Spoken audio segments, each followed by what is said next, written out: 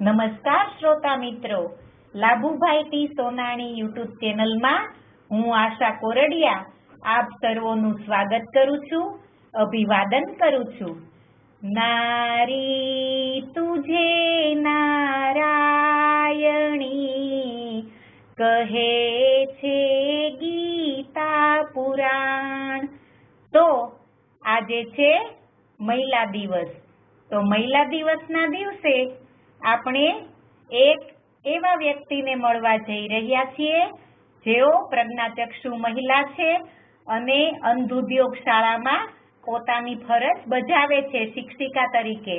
અને જોગાનું જોગ એવું છે કે મહિલા દિનના દિવસે જ તેઓ શ્રીનો જન્મદિવસ પણ આવે છે અને અનેક મહિલાઓ અને અનેક બાળકોના જીવનમાં ઉજાસ પાથરનાર એવા આપણે મળવા જઈ રહ્યા છીએ કીર્તિદાબેન ભટ્ટને.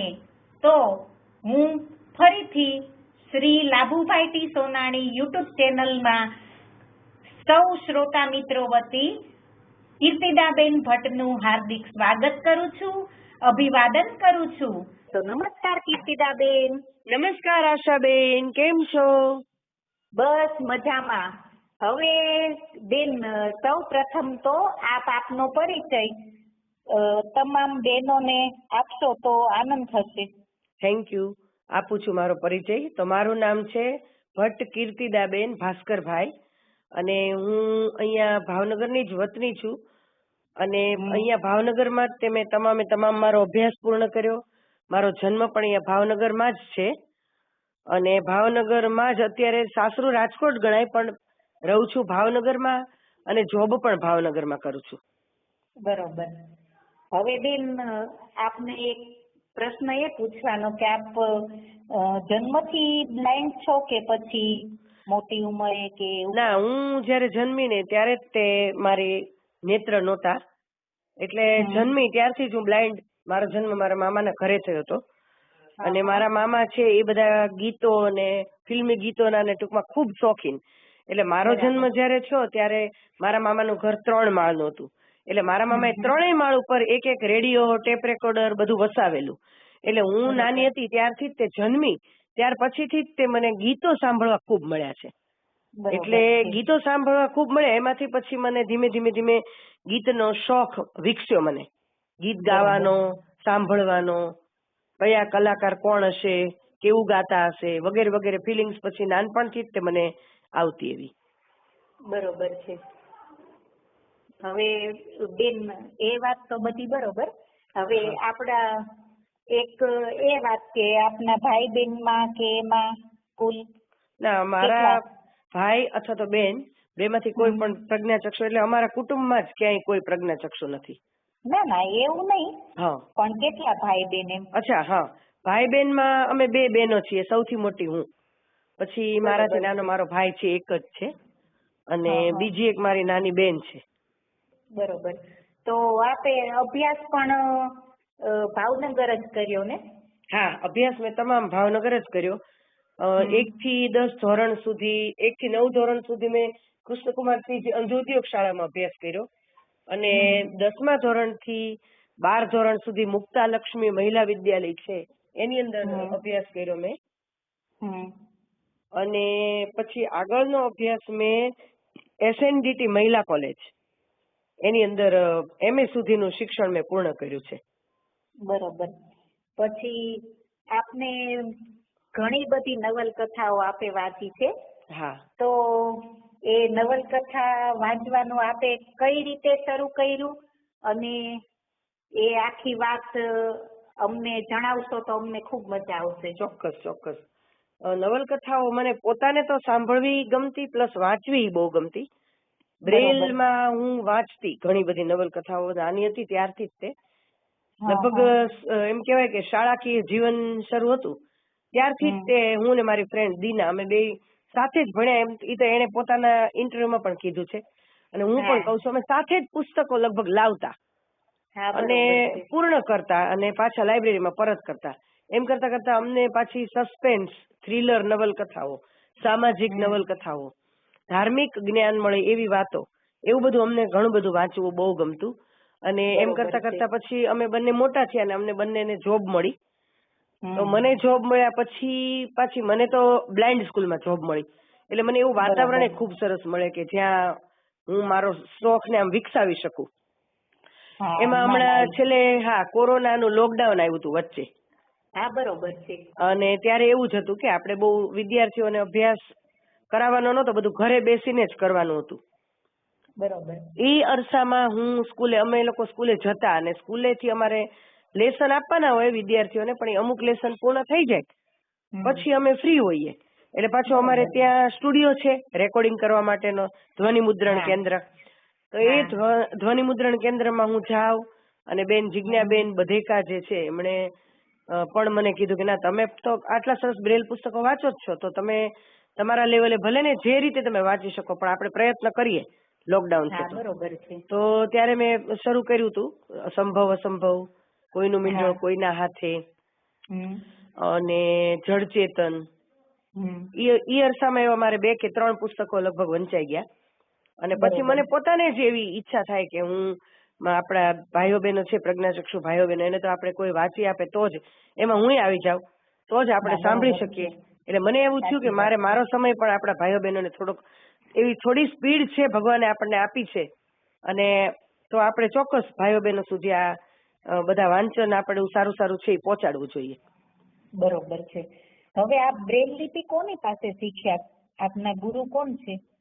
મારા ગુરુમાં તો જ્યારે અમે લોકો નાના નાના હતા ત્યારે 2-3 શિક્ષકો હતા. એક તો અમારા રમણીકભાઈ ચંદારાણા સાહેબ હતા કે જે હમ. પ્રોપરલી દીકરીઓ પર ખૂબ ધ્યાન આપતા, અને બરોબર. એની છત્રછાયા નીચે અમે ઉછર્યા. બીજા મારા સિક્કે જોશી સાહેબ, ચુનીભાઈ હમ. કુંવરજીભાઈ જોશી, હમ. એમને અથાગ પ્રેમ હતો મારા અને દીનાબેન બંને ઉપર. અને ક્યાંય હમ. પણ એના ઘરે કાંઈ પ્રસંગ આવે કે ક્યાંય હા. પણ એમ કે એના ઘરે કોઈ સારી વસ્તુ એ લોકો કરતા હોય તો પહેલા અમને 2 દીકરીઓને તો એ સ્કૂલની બોલાવે જ. અને એમનું બરોબર બ્રેલ છે. એટલે તમે આશાબેન સાંભળો, તમને વાંચન તો હમ. એટલું સરસ, પણ એમનું લેખન પણ ખૂબ સરસ. બરોબર. લાઇબ્રેરી છે, લાઇબ્રેરીની અંદર એમણે પોતાના હાથે ઘણા બધા પુસ્તકો લખેલા છે. અને બરોબર. જે વાંચે, અને પાછું એ શિક્ષક અમારા એવા હતા, એની ખાસિયત એવી હતી કે એને એક બ્રેલનું પેજ બગડે નહીં, ન ગમે. ન ગમે. માનો કે પ્રસ્તાવના પૂર્ણ થઈ ગઈ એટલે આપણે એમ કહીએ કે ભાઈ હવે 2-4 લાઈન છે ને છોડી દઈએ આપણે, પછી આપણે નવા બરોબર. પેજ ઉપર આપણે બીજું લખશું.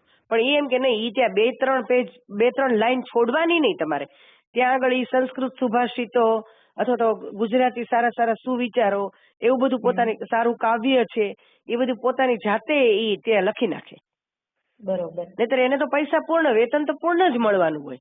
ત્યાં બે લાઈન છોડે તોય શું, અને પૂરું પેજ કરે તોય શું, પણ ત્યાં એ પેરેગ્રાફ તો બરોબર. પૂરો થઈ ગયો, પ્રસ્તાવના હોય કે પ્રકરણ હોય.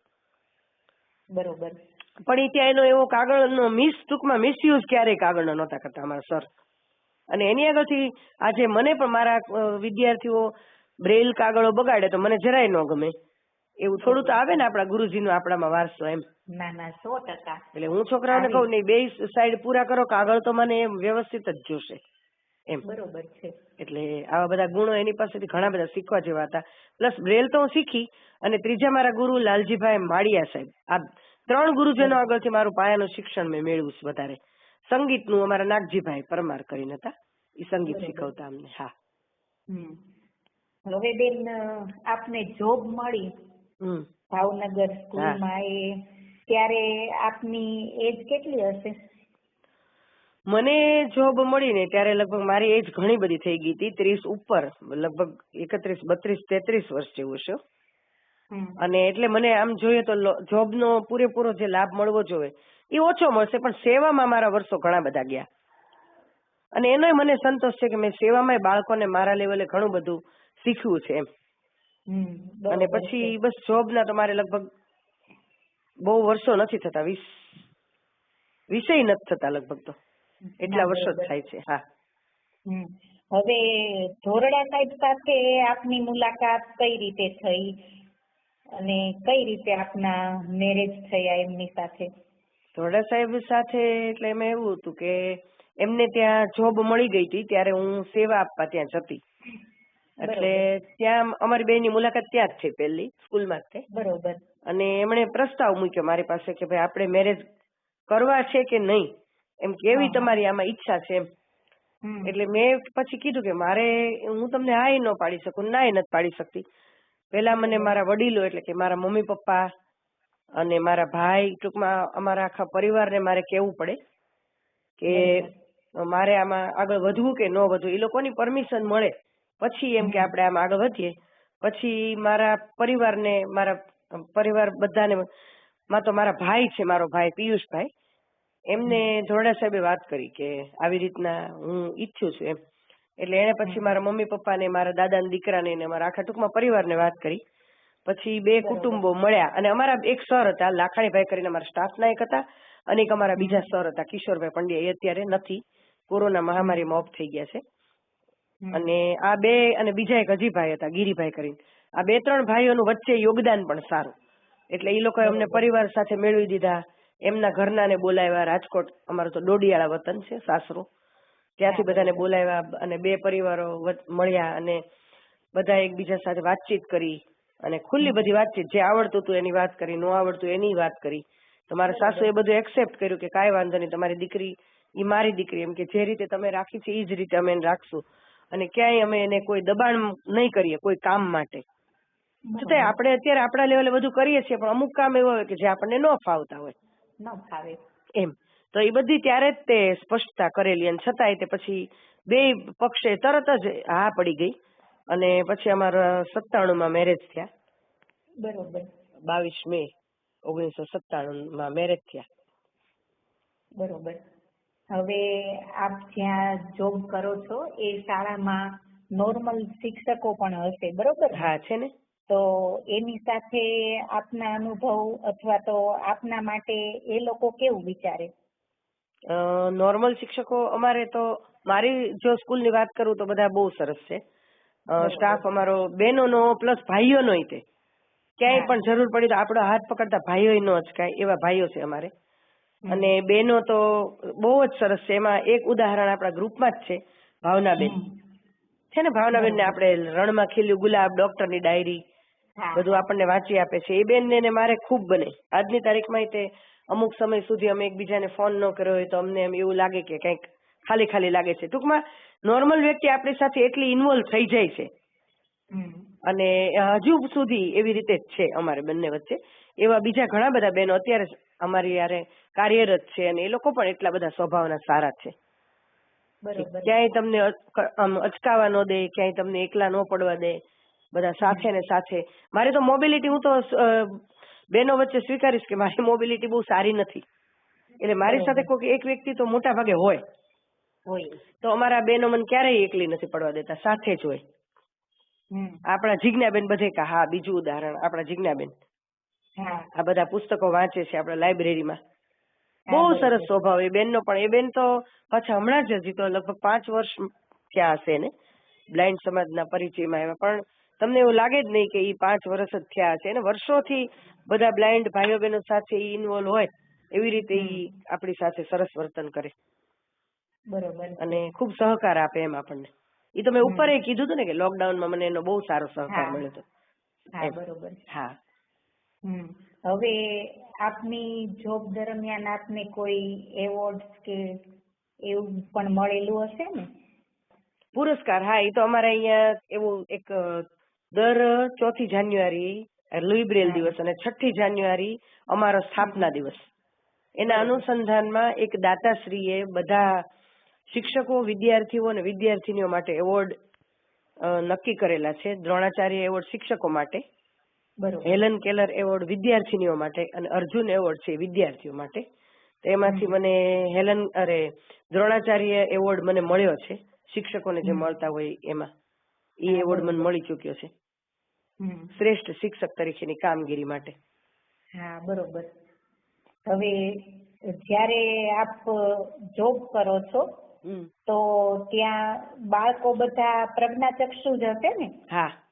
તો એ બધામાં ઘણા બાળકો તો એવા પણ હોય કે જેને મા બાપ હોય નહીં, પછી ઘણાયને એમ કે એના ઘર પરિવાર વાળા વ્યવસ્થિત રીતે ન સાચવતા હોય છતાંય. હમ. તો એવા બાળકો હોય એને તો આપ કઈ રીતે મદદરૂપ થતા એટલે હોય? એવા તો લગભગ ઘણા અત્યારે જ ની તારીખમાં એક દીકરી છે એવી કે એને મા બાપ ઓછું સાચવે તો આપણે એને કઈક વસ્તુ જોતી હોય તો ક્યારેક દરરોજ નથી અમે એવું કરતા, કારણ કે તો બાળકોને ટેવ પડી જાય, પાછા બાળકો બરોબર છે. સાચવે નહીં. તમે રોજ જો એને વસ્તુ આપો ને, પણ ક્યારેક એવું આપણને ખબર હોય કે આજે આને બહુ જરૂર છે તો ત્યારે અમે લોકો ગમે ઈ અમે એને વસ્તુ પૂરી પાડી શકીએ, એને સધિયારો આપીએ. એક દીકરો અમારે એવો હતો કે એને નાનપણથી એમ કે મમ્મી ને પપ્પા નહોતા, અને ઈ દીકરો તો એમ માનો કે મારી આગળ મોટો ઘણો બધો થયો. અત્યારે તો ઈ સરસ મજાનો બેન્જો વગાડે છે અને બહુ સરસ, ટૂંકમાં એને વિશારદ સુધી પહોંચવા આવ્યો છે સંગીતમાં, અને ખૂબ આગળ એનું નામ છે, ભજનની દુનિયામાં એનું નામ છે, સરસ ગાય છે એ દીકરો. તો ઈ પહેલેથી છેલ્લે સુધી મારી આગળ રહ્યો. તો એવા 2-3 એવા ઉદાહરણ તો છે કે જેને આપણે આમ બહુ નજીકથી એની સાથે રહ્યા હોય, કે વિદ્યાર્થી નથી અને આપણું બાળક જ છે એ રીતે. દીકરી છે તો એ દીકરીને તેના ડ્રેસ ને આ તે બધું મળતું હોય તો એ સાચવીએ અમે લોકો, એના સર્ટિફિકેટ ને બધું વ્યવસ્થિત સાચવીએ, આ તે એવું બધું એવી હેલ્પ કરીએ વધારે. બરોબર. નાસ્તો કઈ ખૂટતો કરતો હોય તો આપણે લાવી દેતા હોઈએ, એવું બધું. હવે આપના બાળકો તો 2 છે બરોબર ને? હા. ક્રિશા અને કર્તવ્ય. તો એ લોકો અત્યારે શું કરે છે એમના વિશે થોડી વાત કરો એટલે બેનોને. હા, ક્રિશા છે એને MBA પૂર્ણ કર્યું છે અને હવે જોબ શોધીએ છીએ ને એનું લગ્ન પણ ગોઠવવા માટે છોકરો પણ શોધીએ છીએ, એમ બંને વસ્તુ શોધીએ છીએ. અને ભાઈ કર્તવ્ય છે એ અહીંયા રાજકોટમાં ભણે છે, કોલેજના લાસ્ટ યરમાં, એ પૂરું થશે હવે એનું. પછી માસ્ટર કરવા માટે જશે બીજે ક્યાંય પણ એને સારી જગ્યાએ મળશે એડમિશન ત્યાં. એટલે બેયનો અભ્યાસ, કર્તવ્યને 2 વર્ષ બાકી છે અને બેનને પૂરું થઈ ગયું છે. બરોબર છે. અને 2 બાળકો મારા સરસ, આપણને ઘણી રીતે સહયોગી બને. આપણે ક્યાંય આવવું હોય જવું હોય તો આપણને લઈ જઈ શકે. 4 વ્હીલ પણ 2 શીખી ગયા છે અને 2નું સરસ, આમ ટૂંકમાં આપણને ક્યાંય ચિંતા ન રહે કે આપણે જોબ ઉપર જઈએ તો આ છોકરાઓનું શું કેમ થશે કે શું થશે, એવું 2 પોતાની રીતે સરસ પગભર આમ એવા થઈ ગયા છે, મોટા. બરોબર. બાકી તો બધા બહેનો શુભેચ્છા આપો કે 2નું જીવન આગળનું સરસ વ્યતીત થાય અને સારી લાઈન પકડે. હા, એમ બસ. એ તો થાય જ, એમાં કોઈ ફરક ન પડે. એ તો સારું જ થાય, કેમ કે આપણે બ્લાઇન્ડ હોઈએ એટલે આપણા બાળકોને તો ઈ થોડી જવાબદારી આવે. હા, માથે. હા, આવી જાય. થોડી તો આવે જ, આપણે નો ઈચ્છતા હોય છતાંય. હા, બાકી તો અમારી તો શુભકામના કે આશીર્વાદ, બાળકોને આશીર્વાદ અને આપના માટે શુભકામના હોય. Thank you. બરોબર ને? હા, ચોક્કસ. અને હવે બીજું એ કે આપને સૌરાષ્ટ્ર સખી મંડળની સ્થાપના કરવાનો વિચાર કઈ રીતે આવ્યો? એ વિચાર તો અમારા સ્વર્ગસ્થ નીલાબેન, પહેલા તો એમની ચેતનાને વંદન કરી લઈએ, પછી આપણે કહીએ કે ભાઈ અમે તો ખબર જ છે બધાને, બધા બહેનોને, કે અમારે કેટલું બનતું બેયને, એટલે સાથે કામ કરવાનું પાછું એટલું આવતું. એટલે ક્યારેક ક્યારેક સાહેબ પાસે આવ્યા હોય, સોનાણી સાહેબ આગળ, અમે બેસતા હોઈએ સાથે વાત કરતા હોઈએ, તો એમાંથી વાતમાં એમનો વિચાર હતો કે બેન આપણે આની સ્થાપના કરવી છે, આની સ્થાપના સખી મંડળની કરવી છે. એટલે પછી અમે 8 માર્ચ ના દિવસે પછી સખી મંડળની સ્થાપના કરી અને એમાં પૂરેપૂરો સહયોગ અમને લાભુભાઈ સાહેબનો મળ્યો. બરોબર. અને વધારે ઈચ્છા તો પહેલી એમની જ હતી, પછી વધાવી લીધી અમે લોકોએ. બરોબર. હા, એટલે પછી એમાંય સારું કામગીરી અમે કરી, પણ પછી ઈશ્વરે કઈક સાથ નહીં આપવો હોય કે ગમે એ હોય, એમનું જીવન એમણે આટોપાવી લીધું. અને પછી તો ઘણી જગ્યાએ મને એવું લાગે કે હું આમ એકલી જ છું ને આમ નથી મજા આવતી આ ક્ષેત્રોમાં ક્યાંય કામ કરવાની. ના બેન, એવું ન હોવું જોઈએ. હું એવું માનું છું કે એમના અધૂરા કામ હવે આપે જ પૂરા કરવા જોઈએ. હા, એ તો ચોક્કસ. આપણે જ્યાં આપણને એવો ચાન્સ મળે ત્યાં આપણે એના અધૂરા કામ પૂરા કરવા જ જોઈએ ને કરીશ જ તે. હું અને 100% તમે કરશો, જે મને વિશ્વાસ છે. કરીશ જ. પણ જે સાથે રહીને આપણે જે કામ કરતા હોય ને એમાં થોડી ઓટ આવી જાય આશાબેન. સાચી વાત. ઓટ તો ઘણી બધી આવી જાય. આપણે પછી કરીએ, આપણને કોઈ કે ને આપણે કરીએ એટલે, અથવા એની ઈચ્છા હોય ને આપણે કરીએ, એ વાત આખી અલગ પડે ને ઓલા આપણે જે હરખથી કરીએ ને એ આખી વાત અલગ પડી જાય. પણ કરવા જ જોઈએ ને કરવું કરી શકતે, હું ઈ કઉ છું. બરોબર છે. હવે ઘણા બહેનો આપણે એવા છે કે આપનાથી પણ નાના હશે, તો એવા બહેનો માટે આપણે કાંઈ પણ સંદેશ છોડવા માંગતા હોય તો? ચોક્કસ. તો હું બહેનો માટે ચોક્કસ એવું કહીશ કે અત્યારે જમાનો એવો છે કે આપણને જલ્દીથી જોબ નથી મળતી. ટેકનોલોજીનો જમાનો છે એટલે આપણે જ્યારે આપણે અભ્યાસ જ્યારે કરતા હોય ત્યારે આપણે બેસી ન રહેતા ખૂબ પ્રયત્ન કરીએ, ખૂબ મહેનત કરીએ. જેટલી ટેકનોલોજી મોબાઈલની ક્ષેત્રે કે કોમ્પ્યુટર ક્ષેત્રે કે અન્ય કોઈ ક્ષેત્રે હોય તો એ બધી જો તમને એમ ચાન્સ મળતો હોય તો ચોક્કસ શીખી લઈએ, ચોક્કસ એમાં આગળ વધીએ અને ઘણું બધું ટૂંકમાં ઘણી મહેનત કરીએ કે જેનેથી આપણે આપણું ભવિષ્ય ઉજ્જવળ કરી શકીએ.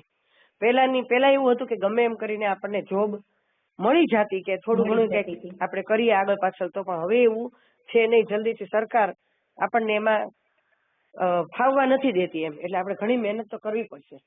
સાચી વાત છે એમ.